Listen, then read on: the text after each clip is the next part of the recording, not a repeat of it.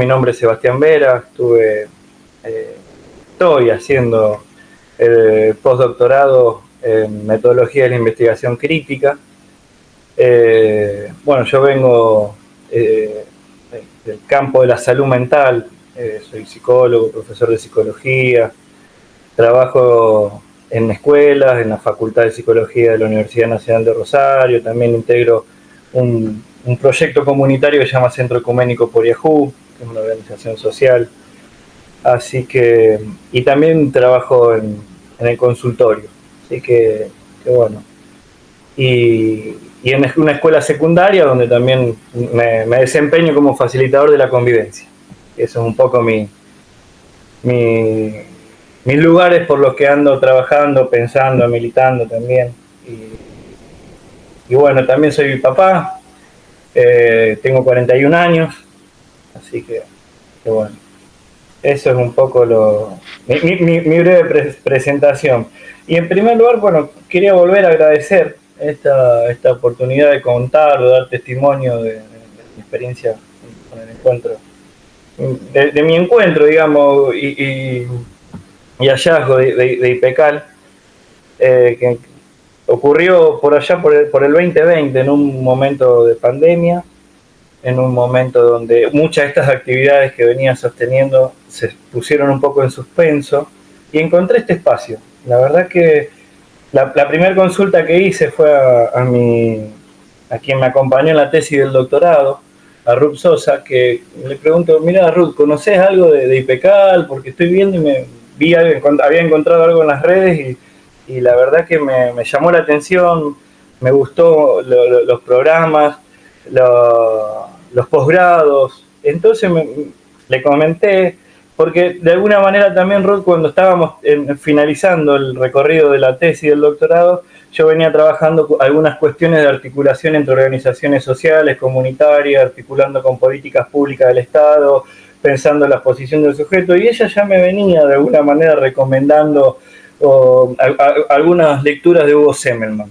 Entonces, cuando veo un poco el programa, quiénes son los fundadores de IPECAL, ahí, bueno, le consulto. Me había dicho que había tenido algún encuentro en algún momento con Estela Quintar, y me dijo: sí, dale para adelante porque vas a aprender mucho ahí. Así que bueno, me animé, de alguna manera venciendo algunos prejuicios, porque si no, hasta el 2020, en el año en que entramos en la pandemia, y que muchas de las actividades que veníamos sosteniendo pasaron a sostenerse o a reinventarse desde la virtualidad, yo no lo hubiese pensado que hubiese sido posible sostener de alguna manera construir algo de lo común, pensar alguna experiencia áulica también a través de la virtualidad. Entonces, la experiencia de IPECAL en el 2020 realmente me sostuvo muchísimo,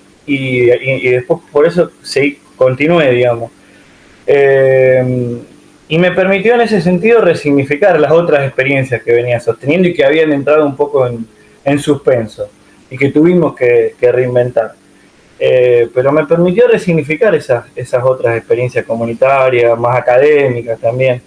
Entonces, en ese sentido, bueno, a tal punto que en el 2020, cuando nos enteramos con mi compañera que estábamos embarazados, en uno de los primeros lugares que comparto la noticia, en el grupo en un círculo de reflexión, digamos, que se venía construyendo en IPECAL.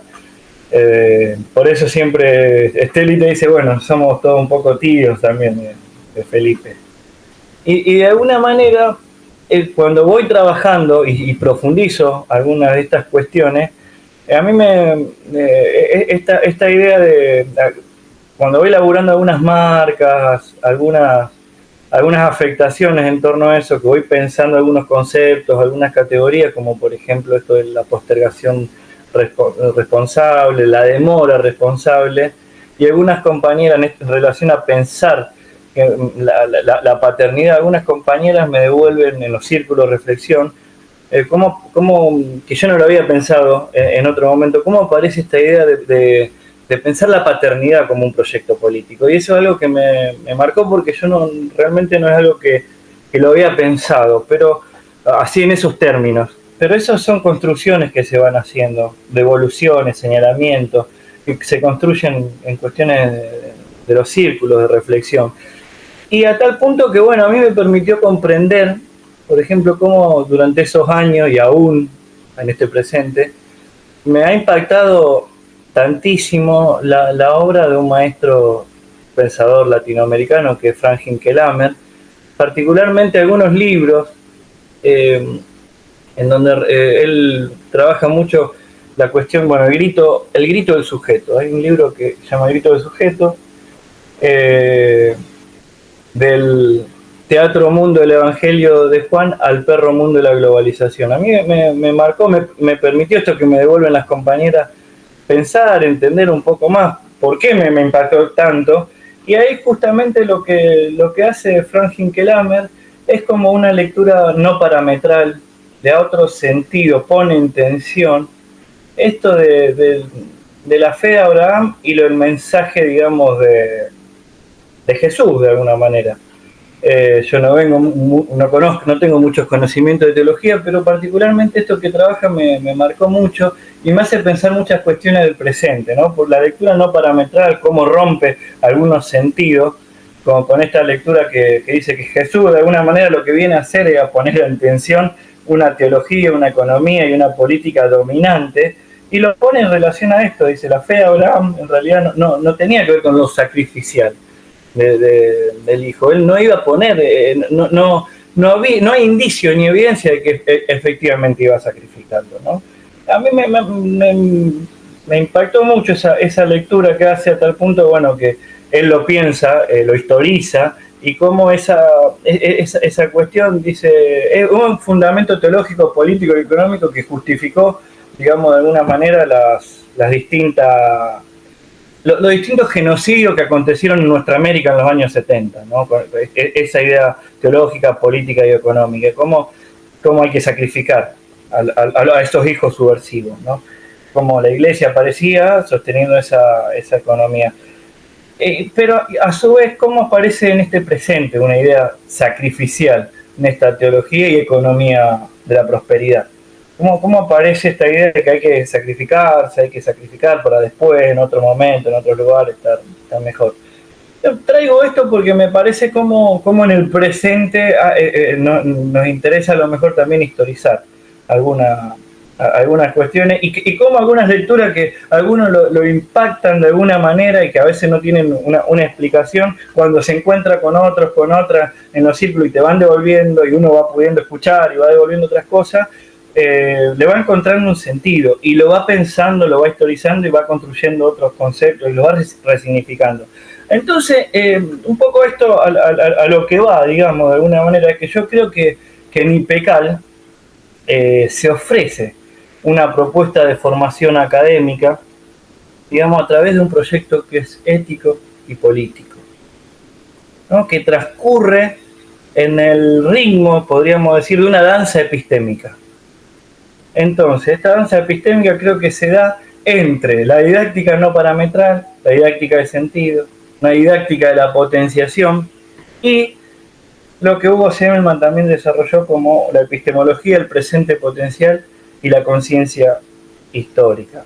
Entonces, también esto se entiende y se insiste todo el tiempo con la cuestión de lo metodológico como una forma de razonamiento que no tiene que ver de alguna manera con un ideal a seguir. Entonces, yo creo que esta postura y este posicionamiento que es ético, político, se construye, es decir, creo que hay una construcción entre lo que se da y lo que se recibe, ¿no? Entre lo que se da en el marco de un proyecto ético-político y lo que se recibe. Entonces yo creo que acá está el problema, en cómo se recibe, en cómo se la... Siguiendo una de las lecturas de Carlos Leckendorf, cuando habla del aprender a escuchar, que dice el problema en cómo se recibe, en cómo se escucha, en cómo se elabora aquello que que se recibe. Ahí ubicaría el problema, y en ese entre lo que se da y lo que se recibe ubicaría la construcción del posicionamiento ético y político en el marco del proyecto. ¿Está? Entonces, bueno, esto es un poco lo que por ahí me interesa compartir, profundizar, digamos. En este sentido, muchas veces cuando ubicamos el problema ahí en ese entre, en eso lo que se recibe, estamos acordando que ningún pensador crítico estaría de alguna manera de acuerdo con que se lo repita meramente, sino que nos podamos apropiar, podamos resignificar, podamos contextualizar en relación a nuestra propia historia y en relación a nuestro contexto, esas categorías y esos conceptos que crearon pensando sus propias problemáticas, pero pudiendo justamente en esa apropiación poder pensar y construir un campo de problemáticas que tenga que ver con lo que en nuestra época y lo que nos toca vivir y nuestras afectaciones. Por eso pongo el problema en ese entre, y ahí se construye esa apropiación y ese posicionamiento ético y político entre lo que se da y lo que se recibe. Entonces, hay una de las apuestas más fuertes de IPECAL, que está marcada de alguna manera por un distanciamiento entre lo que es el pensar teórico, un pensar descriptivo, un pensar analítico, y de alguna manera poder distanciarse de ese pensar teórico explicativo y poder aproximarnos a la comprensión justamente de un pensar más histórico, más categorial en ese sentido. Entonces la grupalidad que se va aconteciendo entre cada círculo, en cada encuentro, va permitiendo de alguna manera generar algunos pasajes más singulares en ese pasaje y en ese distanciamiento entre lo explicativo y poder arribar a lo más comprensivo, histórico. Entonces, en este sentido, una de las ideas, digamos, de las escenas que como que intenté construir para compartir lo que implica este pasaje, y hablando de la danza epistémica entre la didáctica no parametral y la epistemología del presente potencial y la conciencia histórica, se me ocurría como la escena de un baile, ¿no? Esa escena de un baile en la cual uno entra a un baile con mucho por ahí compromiso, y que en esa pista uno se ubica muy tímidamente algunas veces en una silla, en un banco, ¿no? En un banquito, y desde ahí empieza de alguna manera a hacer alguna descripción, algún análisis de lo que está ocurriendo en la pista de baile, y empieza a focalizar algunas cuestiones muy puntuales. Bueno, yo creo que muchas de las tesis que ocurren en el ámbito más que académico, academicista, tiene que ver con ese posicionamiento, que es muy descriptivo, analítico, que se fija en algunas cuestiones. Yo no desmerezco, digamos, ese posicionamiento más teórico y crítico teórico, como se trabaja en IPECAL. Ahora bien, yo creo que como que IPECAL, de alguna manera, cuando estás entrando en ese escenario, es como una especie de susurro que te empieza a decir: che, pero mirá que vos también podés ir a la pista, bailar, moverte. Un susurro un poco extraño al principio, que da un poco de miedo, vergüenza, genera alguna cosa, pero que ese susurro con el transcurrir de los encuentros va siendo más claro, va siendo más evidente, y va diciendo: mirá que no alcanza con pensar la realidad, digamos, de una manera analítica. Es necesario también implicarse, es necesario que en ese movimiento nos rescatemos nuestra historia como sujeto, nuestras marcas. Entonces es importante recuperar este movimiento, nuestros sentires, nuestras afectaciones, y en ese pasaje pensaba esto dentro de la danza epistémica, cuando uno se para de la silla, de la butaca, y empieza a entrar en la pista de baile, empiezan a emerger muchas sensaciones y muchas preguntas, y empiezan de alguna manera, dentro de esas preguntas, yo creo que se empiezan a surgir, teniendo en cuenta algunas categorías, ¿no? En un rato me gustaría por ahí compartir, pero empieza a decir, bueno, ¿y esta pista por qué es así? ¿Por qué está armada de esta manera? ¿Y por qué estamos bailando este ritmo? ¿Y cómo son nuestros...? Porque todo pueblo tiene ritmos, todo pueblo tiene propias danzas.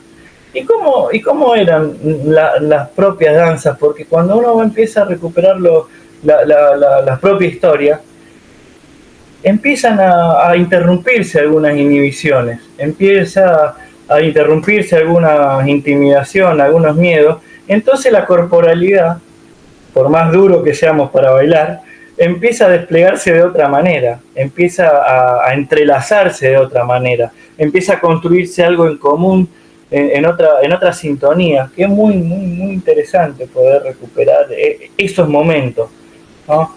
Entonces ahí empiezan a surgir otras preguntas. Bueno, ¿quién construyó esta pista de baile? ¿Por qué está puesta de esta manera? ¿Por qué están todos sentados en esa forma? Y bueno, ni hablar si empezamos a hacernos otras preguntas más críticas, por ejemplo, ¿no? Estoy pensando esa escena, para de alguna manera, para pensar este pasaje entre la explicación y la comprensión, que implica posicionarse de otra manera. Bueno, ¿y quién cobra las entradas?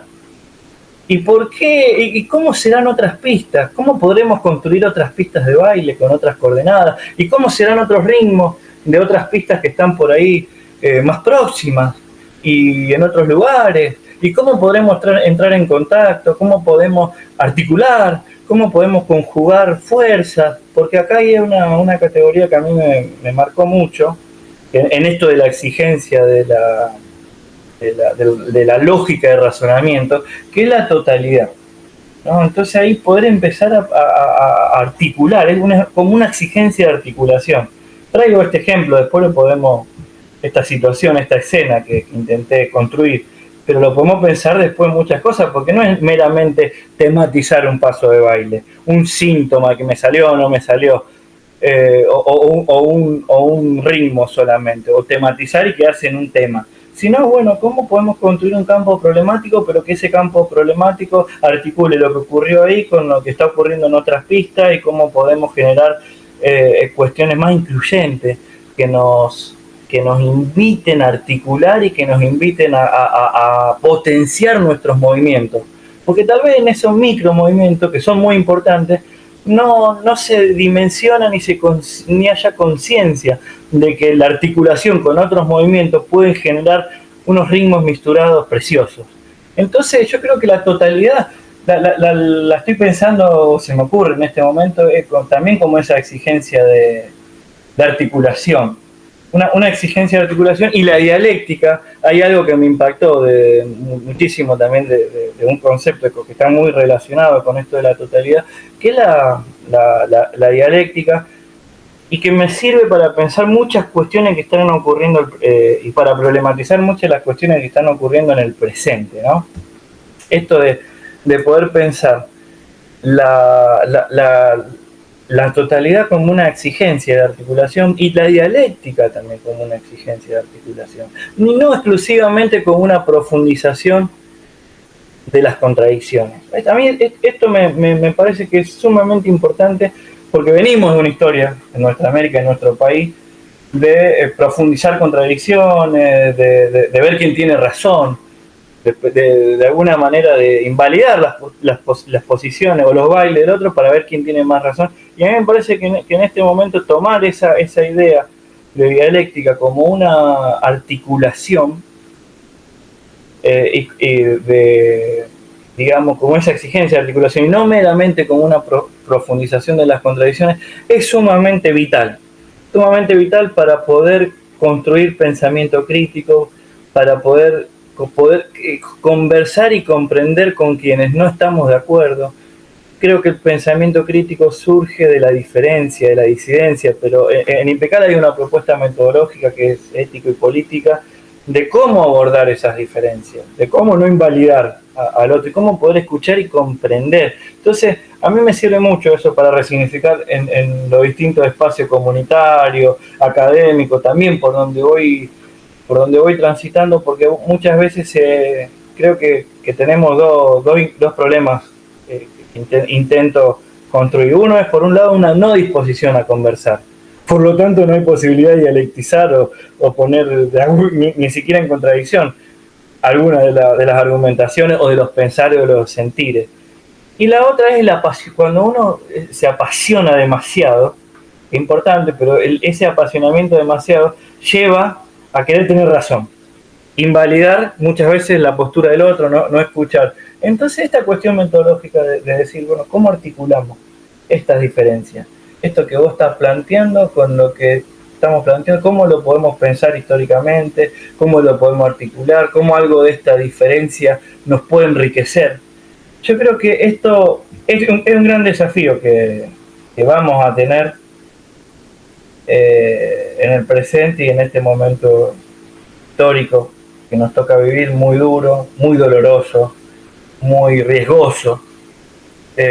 Por eso me parece que estas cuestiones ayudan a pensar y las tomo como un desafío para seguir intentando potenciar los distintos espacios también por donde voy transitando. No tuve la oportunidad todavía de participar en los octubres latinoamericanos. He participado en los pre-octubres. Ya en algún momento iré. Pero en el último octubre latinoamericano que se hizo en Colombia, se trabajó fuertemente la cuestión de la construcción de lo común, ¿no? Y a mí me parece que es una categoría también muy fuerte dentro para pensar esta exigencia de articulación, porque creo que la construcción de lo común dentro de lo que es una pista de baile, de un ritmo, también implica que el desafío de que ese común que se logra construir, defender, sostener, no excluya otros comunes, no los invisibilice, no los invalide. Y acá está la cuestión de la dialéctica como exigencia de articulación, ¿no? Cómo ese común se logra articular sin fagocitar o sin querer uniformizar al otro común, pero que se articula en un movimiento. Creo que es un desafío muy importante porque, por lo menos en Argentina y también creo que en muchos países latinoamericanos, hay muchas experiencias de lucha que muchas veces no logran articularse y muchas veces por distintas cuestiones y distintas cuestiones que hace al sistema, ¿no? De cómo fragmenta, de cómo nos hace competir, de cómo nos profundiza las diferencias al punto de romper, al punto de generar más individualización. Entonces, nuestro desafío es cómo estas pistas de baile, siguiendo con este ejemplo, se articulan en una danza con otras pistas y ahí hay un común que se articula con otro común que no lo excluye, tampoco lo uniformiza, sino que genera una articulación en un movimiento y construye algún criterio en común y que a su vez ese criterio en común nos permite danzar y encontrar otros comunes. ¿Por qué? A mí también me marcó mucho la lectura de un psicoanalista acá de Argentina, que es Fernando Ulloa. Él hablaba de que en un debate crítico, podemos decir que un debate también lo podemos pensar en una pista de baile, tiene que ver con poder hacer retroceder la intimidación, para que ese lugar sea ocupado por la resonancia íntima. Entonces, cuando esa resonancia íntima empieza a resonar con las intimidades de otros, ahí esa alteridad se va potenciando y no genera una uniformación, no genera una homogeneización. Ese común integra y lo más interesante creo que es no cuando solamente hay acuerdos, y este es el desafío me parece que tenemos, sino cuando aún en los desacuerdos podemos hacer una construcción en común, porque es en ese desafío, en esa diferencia, en esa disidencia, cuando podemos hacer algo en común, es que emerge o adviene el pensamiento crítico.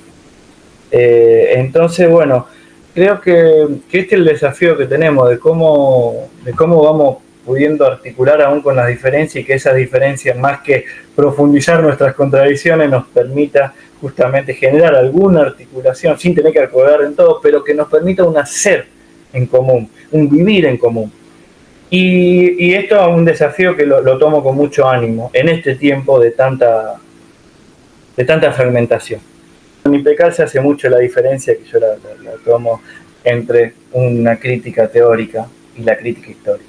Y la crítica histórica requiere animarse a entrar en la pista de baile, posicionarse en una danza con todas estas exigencias metodológicas que son formas y lógica de razonamiento, y ponerse también a bailar y ponerse a pensar y ponerse a articular pasos, ritmos, con otras pistas, a animarse a construir otras pistas. Y yo creo que en la academia muchas veces está una dificultad que a mí me entristece, y en algún punto también lo tomo como un desafío. Es decir, bueno, ¿qué otras condiciones podemos también construir para justamente distanciarnos de esa crítica teórica y poder generar una crítica histórica?